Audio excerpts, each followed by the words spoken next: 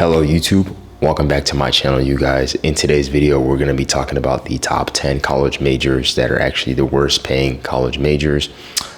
Just before we get into this video, just something to note, we're going to be ranking these majors basically from the best of the worst paying college majors. So number 10 is going to be the highest paying, and then number 1, which is going to be the last one, is basically going to be the lowest paying and a major that you guys should be avoiding. So before we get into this video, one thing to note, we are close to 500 subscribers, and about 98.6% of you guys that watch my videos aren't subscribed. So it really means a lot if you guys went ahead and subscribed, commented, liked the video. It really means a lot. So with that being said, let's go ahead and get into this video. Hey, what's going on guys? If you guys are a student, full-time workers, or just trying to level up either on your finances, your focus, your future, your health, I got something perfect for you guys. So I just dropped my new Patreon, and it's not really just like a donation page, right? I actually want to provide value for you guys. So this is for people who are, currently just winging it in their career, their health, their finances, productivity. So what I offer is I offer actual real systems. You get to take a look into what I do day to day in my life, my personal finances, all of that stuff.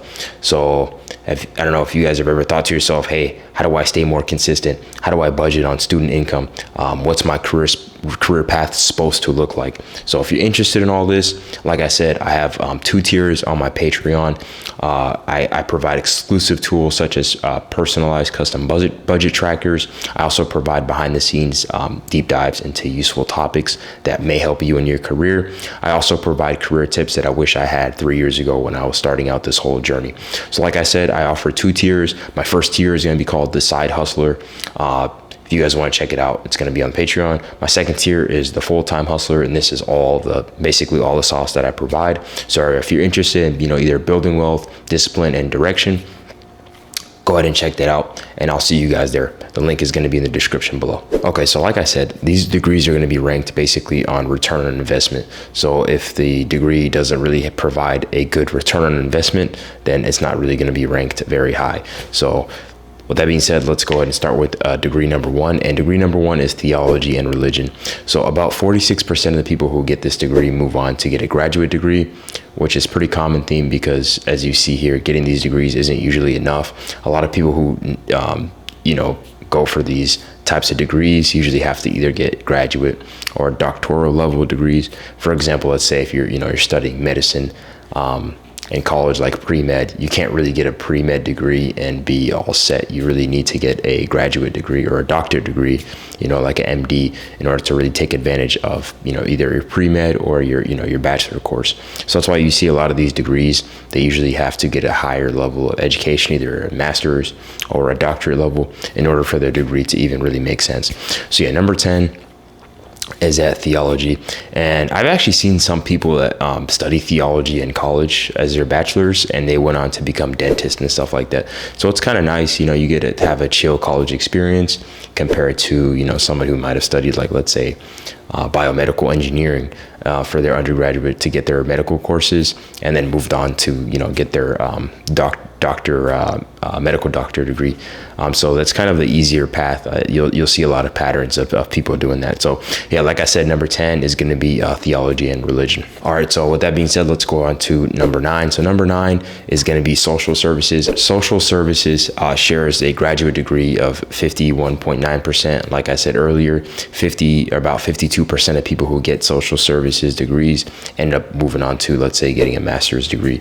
And honestly, the higher the percent of a graduate degree holder, the least important the degree is. The reason why is because like I said earlier, you need to have that graduate level degree in order for that bachelor's level degree to even make sense. So that's why you'll see a lot of people trying to get, masters and doctorates or whatever. So yeah, social services, you have a median wage of about $42,000 a year, which is, fairly good. And also you have an unemployment rate of 1.7%, which, doesn't really matter because as long as you have a bachelor's degree, you're probably going to be employed in the United States. But another thing you want to actually look at is the underemployment. So the underemployment for social services is at 31.8%, which is a significant amount. But honestly, the use of social services is pretty high. So, social services is a pretty good degree, I would say. It's not the best, but I mean, we are talking about the top 10 worst degrees here. But honestly, 31% underemployment rate isn't too bad. Degree number 8 is going to be miscellaneous biological science. So this is the degree that you usually take in order to move on to, let's say, getting a medical doctor degree or a dentist or something like that. So as you see, share with graduate degree, 60% of people that get miscellaneous biological science degrees usually move on to getting a master's degree or a doctorate degree, which makes sense. The median wage of just only a bachelor's degree in this field is about $42,000. The unemployment rate is about 3.1%, and the underemployment rate is 50%. So if you get this degree, more than likely you're going to be underemployed, which is kind of the main factor you want to look for, especially when landing, or getting one of these degrees. Moving on to degree number 7 is we have general education. So general education is actually a pretty valid degree, especially now. I actually seen a few stats that teachers are making like hundreds of thousands of dollars in the Midwest because no one wants to become teachers anymore. So yeah, general education, you have a share with graduate degree rate of 43.1%, which is pretty good. You have a median early career salary of $42,000. You have unemployment rate of 3.3%, and you have an underemployment rate of 22.1%, which is actually really, really good. But the thing about getting a teaching degree is you usually need to get a master's degree or a doctorate degree in order for you to either be a tenured professor, or if you want to teach at like a high school or something, you usually need a master's degree when getting a general education degree. All right, so moving on to degree number 6, which is family and consumer sciences. Now this degree is pretty niche, so it's kind of surprising that it's so high on this list. But you have a 36.1% graduate degree sharing rate, and you also have a $42,000 median salary with a 2.7% unemployment rate, which is pretty good, and you have an underemployment rate of 39.8%, which is fairly bad, and that's why it lands number 6 on this list. Okay, so for number 5, we have early childhood education. Now this degree is actually pretty useful. It's pretty niche. That's kind of a thing that you want to look for with degrees. You want to have something that's niche, that's specified. So this is pretty good, especially now. In America, especially, you have a lot of two-parent households that are working. So early childhood education has that demand there, but it still has an underemployment rate of 22.1%, and it also has a median salary of only $42,000. Since the skills for early childhood education isn't very difficult to acquire. Okay, so now let's move on to number 4. Number 4 is going to be anthropology. Anthropology shares a graduate degree rate of 46.7%, a median wage salary of $42,000, an unemployment rate of 9.4%, which is pretty insane. Because thing is, with nowadays, it's like unless you have a skill set that benefits the capitalist system, you're not really going to get a return on investment on your degree. And unfortunately, anthropology, the study of I believe anthropology is actually the study of I believe it's like the earth or like something like that. Actually, let me see. Let me just be sure about that. How do I not know this? I guess I don't know what anthropology means. Okay, my bad. Anthropology is a study of humanity, the past, present, and future. So I guess that's not really that's important to the economy. So that's why it doesn't really get paid that much. But anthropology also has an underemployment rate of 56%. So honestly, just completely don't go after this degree at all. There's a famous quote by Mark Twain. It says, "History doesn't repeat itself, but it often rhymes." So, I mean, the reason why I brought this quote up is because, you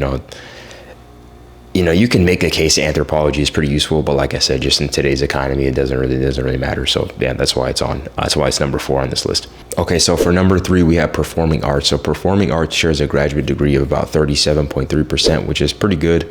Median salary is about $41,000, so we're starting to get a little bit lower on the salaries. Unemployment rate is about 2.7%, which is understandable.